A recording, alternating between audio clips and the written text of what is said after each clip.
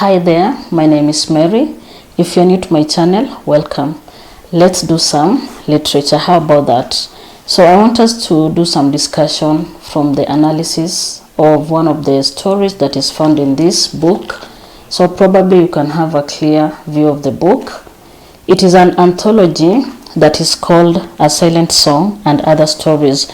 So in this book, A Silent Song and Other Stories, it has 14 stories in total. So far we've done an analysis of around 5 or 6 thereabout. The story that I have with me is a story that is called Boyi. Boyi is a very sad kind of story. It is a story that talks about militia groups. I know we are familiar with militia groups that are all over the world. Like for example, when in Kenya, there are so many that have come up, and we understand that once we have militia groups in a particular place, then there are a lot of challenges that are brought out. So Boyi is a story that is written by a Kenyan writer called Gloria Mwaniga. Gloria Mwaniga focuses in a region in Kenya. The region is called Mt Elgon. So in Mt Elgon, we had a militia group, and this militia group was attacking the residents of this particular place. And it reached a time when we had government representatives that came to Mt Elgon. So these government representatives had been sent there to divide land. So what happened? The militia groups were keeping track of any family that was helping the government representative. So we have families like Boyi's family, that their father gave the government representatives a panga and a sisal rope. So the sisal rope was to be used in measuring the land. And once the government representative had structured the land in the way that they wanted to share out, they gave people land. And what made the militia group to feel bad and decide to revenge is that the land was given even to strangers, and because of that they decided to strike. So any family that helped the government official in whichever the way, the militia group would go to their families, and either they were to pay money to the militia group or the whole family will be executed. And this was something that started like a rumor, and people couldn't understand, like, how comes people that we know, people that we've grown up with, people that are relatives, how can they do such a thing? And Boyi and his sister, who is the narrator in the story, kept on joking about it. Little did they know that their turn was coming. So one day, the militia group arrives in their home, and they demand 10,000 for land protection fee, and apart from that, they wanted on top 30,000 for them helping the government officials. This is a poor family. Where will they get the 40,000 from? Boy's father tries to negotiate with the militia groups. He tells them that he has a radio, he has a bicycle that he can sell, and even their cattle, and he pleads with them that they come the following day so that they can get the money. The militia leader, who is called Mt tells him that when the government representative came to ask for a panga and a sisal rope, he did not tell them to come the following day. And because he did not tell them to come the following day, then he says they won't come the following day. So what he does, he takes his only son, Boyi, and gives the militia group leader, Mt and tells him that he can take away his son Boyi until the time when he'll get money. He'll go pay the money and then take his son back. So that was a very worst decision from Boyi's father. Now the question is, why does this particular father decide to give out his only son, and especially to a militia group? And we're going to realize that it is because of the outcome. It is because of the consequences that comes with not paying the money. It is the consequence that comes with collaborating with the government official. So what he was trying to do was to protect his entire family, because families that did not have anything to give were killed. And because he did not want his wife to be killed, the daughter and him, he decides to use Boyi as a bait, if I can say, and Boyi goes with them. The mother is not happy. This one is well brought out in the story. She is so disappointed. She is disillusioned. She tells her husband that a child is not like a piece of cloth that you can just decide to lend to, a piece of cloth you can lend to someone, and when you want it you can go and take back. But Boyi's father does not listen to her, so they go with Boyi. When they go with Boyi, the mother remains in a sorry state. We are told in the story that most of the time she could not eat. Most of the days she spent crying and all that. But the truth is, Boyi was not coming back. As much as she was optimistic, as much as she was hopeful, Boyi was not coming back. So it reached a point where the government decided to go to the rescue of this particular community. They came up with something that is called Operation Okoa Maisha. So this operation was meant to save the people at Mt Elgon. So they deploy an army that consists of 200 troops. They go to Mt Elgon, and when they go there, the residents are amused.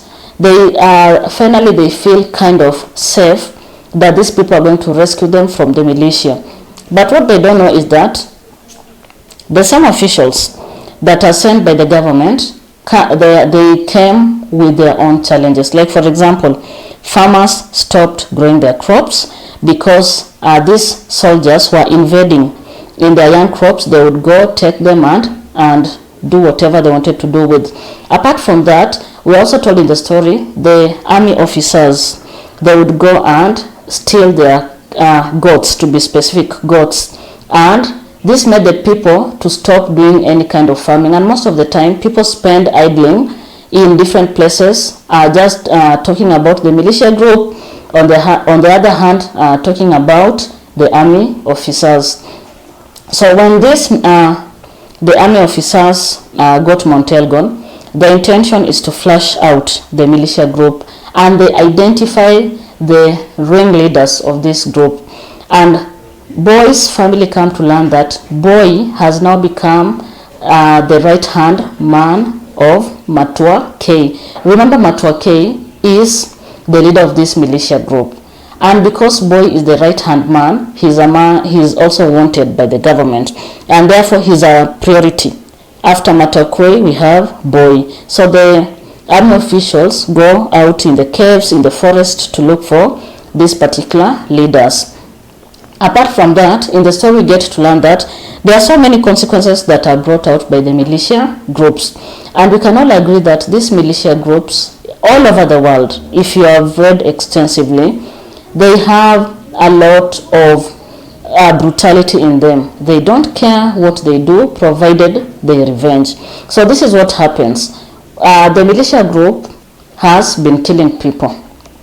They cut off their necks, cut off their ears, and throw the body parts in a river. Apart from that, they have been raping women and girls, and out of rape, we have some of the women that did conceive children. And remember, this is one community that is staying in one region, so most of this militia group are directly related to these women that they do rape. And that is a challenge, because that is incest, but they don't care about it. The other thing that, and the worst, if we can all agree, is that they recruit young boys to join them. Guess what?